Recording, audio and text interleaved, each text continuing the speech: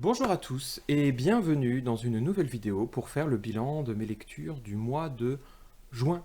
Le mois est bientôt terminé, il reste 2 jours. Je vais peut-être rajouter au tout dernier moment une petite lecture, j'en parlerai dans la vidéo, mais globalement, mes lectures sont faites et j'ai très envie de vous en parler. Donc, générique, et on se retrouve juste après pour parler de mes lectures. Je ne sais pas pourquoi j'ai fait une pause, mais voilà, c'est parti. En avant Sailor Moon.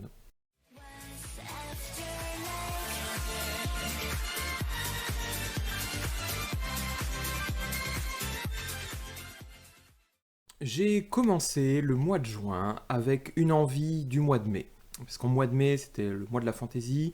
J'avais mis sur ma liste La guerre du pavot. C'était un livre que j'avais très envie de lire depuis très longtemps. Et je me suis dit, j'ai pas eu le temps de le lire en mai, et ben je le fais en juin. La guerre du pavot de R.F. Kuang, qui est une autrice qui commence à être maintenant assez connue. La guerre du pavot, c'est son premier roman. Elle a eu un grand succès avec Babel, qui va bientôt d'ailleurs être publié par De Saxus. J'ai hâte de voir ce que ça va donner. Mais La guerre du pavot, voilà, c'est un roman de départ. Et je vais essayer de vous en parler, de vous expliquer pourquoi ça n'a pas marché et pourquoi j'ai été en réalité un petit peu déçu. La guerre du pavot raconte l'histoire de Rin, une jeune fille dans un monde médiéval d'inspiration asiatique, hein. C'est en gros une Chine fictive, mais c'est la Chine. Et Rin est une jeune orpheline récupérée par une famille horrible qui décide de passer le plus prestigieux, le plus grand des concours de la Chine pour entrer dans une sorte d'université, hein, enfin une école, et de fuir ainsi cette vie de misère et d'exploitation. Petite parenthèse d'ailleurs, détail que je trouve intéressant, la Chine justement est l'un des premiers pays à avoir mis en place des concours pour entrer dans l'administration et j'aimais bien que Kwang reprenne ce détail. Virin remporte la première place du concours, se retrouve dans la plus prestigieuse des écoles, et évidemment se retrouve aussi en conflit avec tous les gamins de riches qui sont là et qui ne comprennent pas pourquoi une sale petite pauvre se retrouve ici. C'est un roman de fantasy avec un système de magie qui est assez intéressant, dans lequel les personnages sont des chamans et invoquent des divinités, et à travers leur corps, ces divinités peuvent exprimer leur magie. Donc c'est un rapport entre la personne, sa divinité et une histoire de Pâques, etc., etc. Bon, dit comme ça a l'air relativement simple et gentil, sauf que ça ne va pas rester ainsi. Vous avez un contexte de guerre. Kwang, elle a une idée en tête. Elle veut que son roman, qui est quand même, je le répète, un roman de fantasy dans un univers asiatique médiéval, elle veut que son roman s'inspire de la Seconde Guerre mondiale. Donc vous retrouvez la Chine dans cette espèce de situation avant Seconde Guerre mondiale, avec cette menace grandissante du Japon, qui, grâce à ses alliés occidentaux, a réussi à développer un certain nombre de technologies et se retrouve, d'un point de vue, j'allais dire militaire, bien supérieur à la Chine. On a tout un tas de petites références, hein. On nous parle évidemment, on nous parle pas du Japon, hein, c'est pas le Japon, mais on nous parle, j'ai oublié le nom de ce pays inventé, mais c'est une île qui rêve de s'étendre, qui se considère supérieure, qui grâce à des alliances est capable de mener une guerre militaire effroyable. Donc il faut bien avoir ça en tête quand on prend la lecture, qu'on commence la lecture de la guerre du pavot. J'ai longuement hésité à lire ce livre pour une raison très simple. La publication en France n'a pas fonctionné, c'est-à-dire que le premier tome n'a pas eu un grand succès. Il a été publié par Actes Sud et à mon sens, il y a eu un certain nombre de petites erreurs. D'abord, est-ce que cette édition-là avait le public pour? Je sais pas trop, je suis pas assez renseigné, mais voilà, Actes Sud, c'est pas un nom que j'entends souvent pour de la fantasy, beaucoup plus peut-être pour de la science-fiction. Et ensuite, il y a eu un gros souci au niveau de la couverture, hein, qui a fait un petit peu scandale, puisque ils ont demandé à un illustrateur, une illustratrice d'illustrer la guerre du pavot, sans lui préciser que l'héroïne n'était pas le cliché, j'allais dire, de la personne asiatique. Elle a la peau foncée. On a tendance à souvent représenter le monde asiatique à travers un seul cliché du personnage à la peau très pâle, très fin, et en fait pas du tout. C'est une multitude de corps, de peau, et évidemment sur la couverture ça ne correspondait pas du tout à l'héroïne. Bon, gros quoi, qu'ils ont essayé de corriger ça pour l'édition de poche, ils ont ouvert Photoshop, augmenté la saturation, la teinte, mais le mal était fait. Il n'y aura pas la suite chez Actes Sud, a priori, de la guerre du pavot, tome 2 et tome 3, il faudra lire les tomes en anglais, et pour ça j'étais un peu... Bon. Pour autant, j'ai entendu que des compliments et des éloges à son sujet. Pour un premier roman, c'était un bon roman de fantasy de ce que j'avais entendu, et il fallait se lancer là-dedans. J'ai été moi très déçu. C'est pas un mauvais roman, mais ça ne correspondait pas du tout à mes attentes qui étaient, je pense, énormes, mais vraiment énormes. Et en réalité, on sent que c'est un premier roman qui manque de maîtrise et qui ne sait pas trop encore ce qu'il veut faire. Kwang, elle est empêtrée dans son idée de représenter la Seconde Guerre mondiale et je pense que c'est ça qu'elle voulait faire davantage qu'un roman de fantasy. Pourquoi? Parce que j'ai l'impression que le côté fantasy est très très peu développé, en tout cas dans ce premier tome. Il y a un système de magie, on nous parle de 64 divinités qu'on peut invoquer et on en parlera peut-être de 3 dans l'ensemble. Il y a quelques personnages qui possèdent ces pouvoirs-là, mais grosso modo, il y a 2 personnages qui sont très mis en avant, qui ont la même divinité et qui font à peu près les mêmes choses. Et on en reste à ça. L'histoire avance très vite et j'ai pas réussi à m'attacher aux différents personnages. On a la première partie où elle passe le concours qui se fait en peut-être 2 chapitres. Moi, j'ai pas ressenti cette difficulté-là. Et on la ressentira pas non plus quand justement Rin va essayer de s'entraîner, de renforcer ses pouvoirs, ses capacités. Pareil, ça passe très très vite. Lorsqu'elle se retrouve à l'école, moi j'étais persuadé que ça allait faire tout le tome. En réalité, l'école, on nous présente quelques professeurs, on a très peu de cours. Et au bout de 100-200 pages, les 2 ans sont passés, l'école est terminée. Je suis un peu resté sur ma faim, j'ai pas eu le temps d'apprécier les personnages de l'école, que ce soit le maître de Rin, que ce soit ses amis, sachant que dans ce premier tome, on va déjà avoir des pertes, des morts, il va y avoir des moments de tension. Ben, moi, je les ai pas ressentis, ces tensions-là. J'étais un peu, qui est ce personnage? Ah oui, ça c'est... elle était avec elle en seconde B il y a 3 ans, enfin... Ça allait très vite. On nous plonge après très vite dans un contexte de guerre qui lui-même, je trouvais, était pas très bien géré. On nous montre la guerre, on nous montre quelques combats, mais ça allait trop vite pour une guerre. Et très vite, je trouvais que ça s'en mêlait dans les hésitations du personnage principal, qui à la fois est confronté à un choix pendant tout le roman, c'est-à-dire d'être en lien avec sa divinité, qui est une divinité dangereuse, qui est une divinité qui est purement en fait de destruction, et en même temps refuser cette divinité-là et essayer de faire sa guerre à sa façon. Sauf que, là encore, j'avais du mal à comprendre cette hésitation, dans le sens où elle est très... Elle veut absolument défendre son pays, et elle est prête à tous les sacrifices pour y arriver, pays qui n'a pas cessé de la maîtriser, de se moquer. Je sais pas, j'ai du mal à comprendre pourquoi elle est autant attachée à ce pays-là, qui l'a toujours traité en orpheline, qui l'a rabaissé à chaque fois. J'aurais aimé qu'on comprenne comment elle développe cet attachement pour son pays. J'ai trouvé que les personnages n'étaient pas très bien développés. Et il y a un côté un peu young adulte. Alors attention, je le dis pas comme une insulte, mais il y avait un peu ce côté, un chapitre, hop, il se passe quelque chose, un chapitre, il se passe quelque chose d'autre, etc., etc. Ça avance très vite sans développer, moi, ce qui m'intéressait, donc le système de magie. Et en même temps, c'est pas de la young adulte, parce que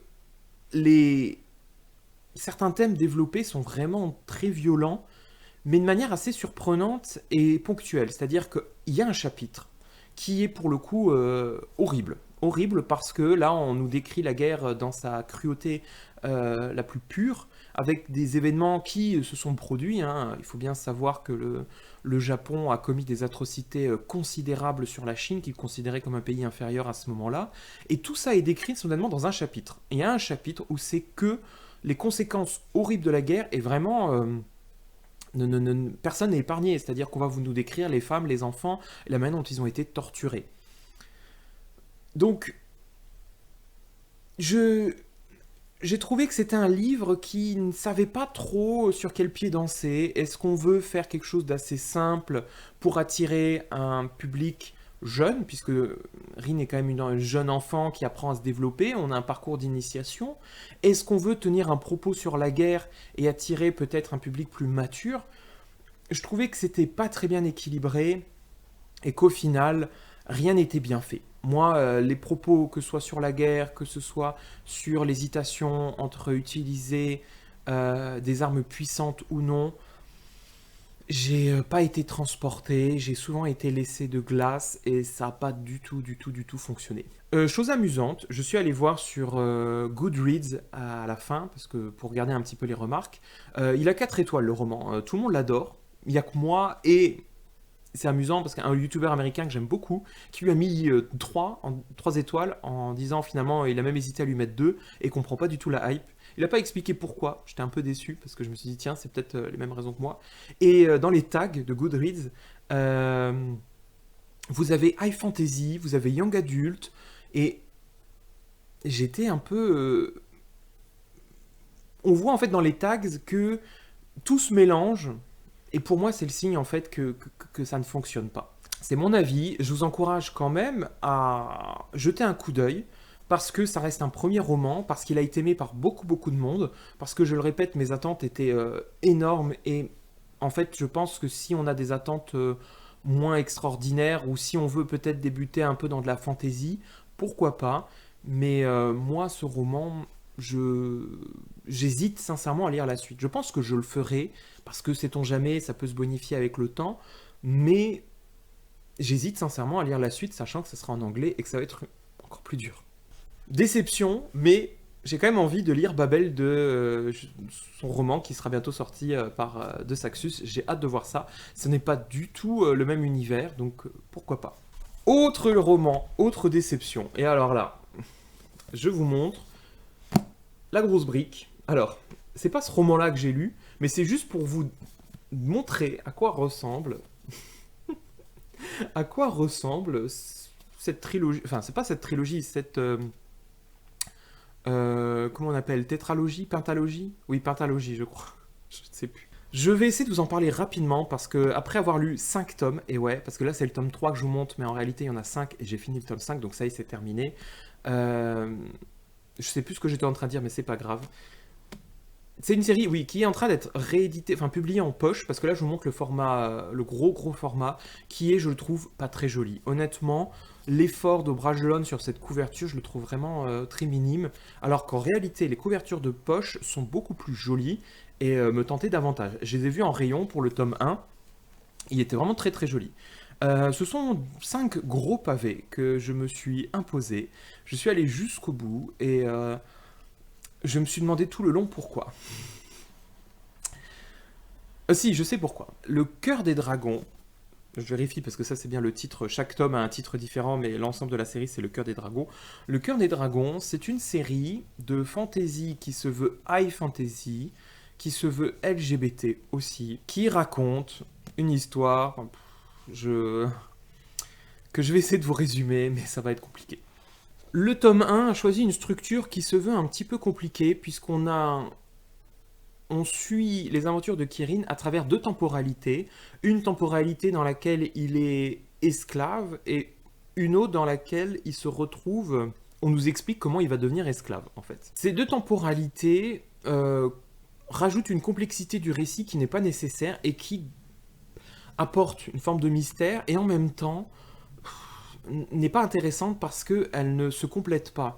C'est-à-dire que moi j'aime bien que lorsqu'il y a 2 temporalités différentes, que l'une rebondisse avec l'autre, et que parfois quand on nous montre un chapitre avec un personnage qui apparaît méchant, chapitre suivant, dans l'autre temporalité, on va montrer un autre aspect peut-être, histoire de jouer avec le lecteur et de faire en sorte que les informations qu'on nous donne dans une temporalité nous permettent de compléter l'autre. Là, pas du tout. On nous multiplie les informations et les personnages dans chacune des temporalités qui s'alternent à chaque chapitre, qui fait qu'on est très vite perdu.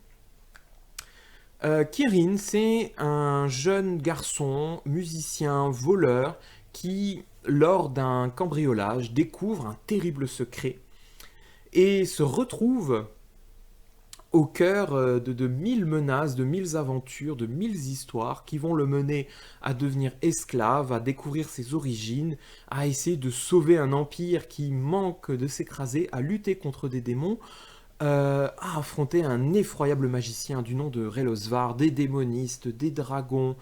Euh, je...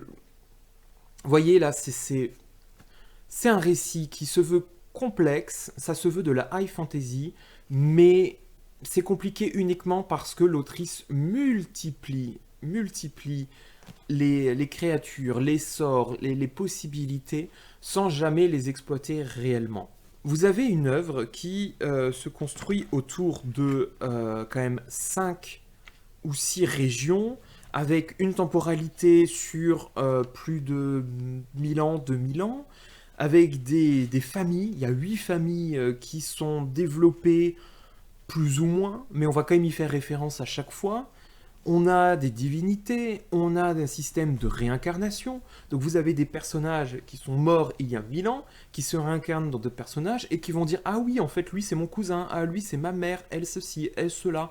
Vous rajoutez à ça un système où vous avez parfois des personnes qui échangent leur âme. Donc vous avez quelqu'un dans le corps d'une autre personne. Donc et vous rajoutez aussi l'idée que personne ne meurt quasiment jamais dans cette œuvre et tout le monde revient sans cesse. Vous mélangez tout ça dans une bouillie infâme et vous vous retrouvez avec une œuvre qui se parodie de plus en plus et plus elle avance et plus elle se perd dans une histoire qui devenait de plus en plus ridicule. C'est-à-dire qu'au début, le premier tome, ça va encore. Le ton est assez sérieux, même si on a un personnage qui est un peu railleur, blagueur, tout ce que vous voulez, mais on essaie de poser les bases sur la suite d'une aventure, et plus on avance, et plus l'autrice se perd, se moque de ses propres personnages, de sa propre histoire, s'enferme dans une volonté à chaque fois de se moquer de la fantaisie, de se moquer d'elle-même, de surprendre le lecteur dans des situations de plus en plus absurdes. Et à la fin, ça marche plus du tout, ça marche plus du tout. J'ai été prisonnier de cette histoire en me disant jusqu'où ça peut aller. Ben ça allait très très très très loin. Et à tel point que la fin est une fin presque qui se moque du lecteur, puisque elle multiplie les personnages et on a la fin que de peut-être 3 personnages, 4 personnages. Le reste, elle en parle même pas. Elle ne les développe même pas. Elle est, oh ben j'ai plus le temps, j'ai fini, mon roman est terminé. Et on est là, ok, tout ça pour ça. Ouais, grosse déception. Enfin, grosse déception. Non, parce que je m'y attendais un petit peu. Mais en même temps, c'est un récit que je voulais aimer. Parce que l'autrice s'est attachée à créer des personnages LGBT tout le long, qui sont extrêmement nombreux. Mais même eux, j'ai pas réussi à m'intéresser. Enfin, ils sont que les personnages, tout le monde quasiment, tout le monde est LGBT dans cette œuvre. Là-dessus, j'étais très content, mais ça marchait pas. Ça marchait vraiment pas. Un exemple typique de sa volonté de créer des personnages LGBT et en même temps, allez hop, je m'en fiche. Il y a un personnage qui nous explique en gros qu'elle se construit comme un garçon. Elle nous dit biologiquement je suis une femme, mais dans mon pays je suis considérée comme un homme, donc on va m'appeler le comte, je veux être genré au masculin, blablabla, etc. Et on comprend que c'est une sorte de métaphore et que ça en fait un personnage trans. Et en même temps, très vite, elle dit mais comme tout ça est trop compliqué, vous pouvez m'appeler par mon prénom de base et vous pouvez me nommer au féminin, ça me dérange pas. Et voilà. Et en fait, ça n'a jamais aucune importance. De temps en temps, quelqu'un le nomme masculin, et de temps en temps, et la plupart du temps, elle est genrée au féminin. Enfin, c'est un. Je m'en veux un petit peu parce qu'il y a une partie de moi qui voulait quand même vous motiver à au moins essayer le premier tome. Parce que ça peut plaire. Moi, ça m'a pas plu du tout. Il y a un côté page turner où à chaque chapitre, on a envie d'enchaîner parce que il y a des rebondissements et l'histoire ne s'arrête pas. Jamais. À la fin, il y a même une blague sur les personnages qui disent ah, vous vous rendez compte, ça fait que seulement 3 mois qu'on se connaît, alors qu'il s'est passé 1000 choses. J'hésite à en faire carrément une vidéo plus longue parce que je pourrais faire des heures et des heures là-dessus, tant il y a eu des choses, mais d'une absurdité incroyable et des choix.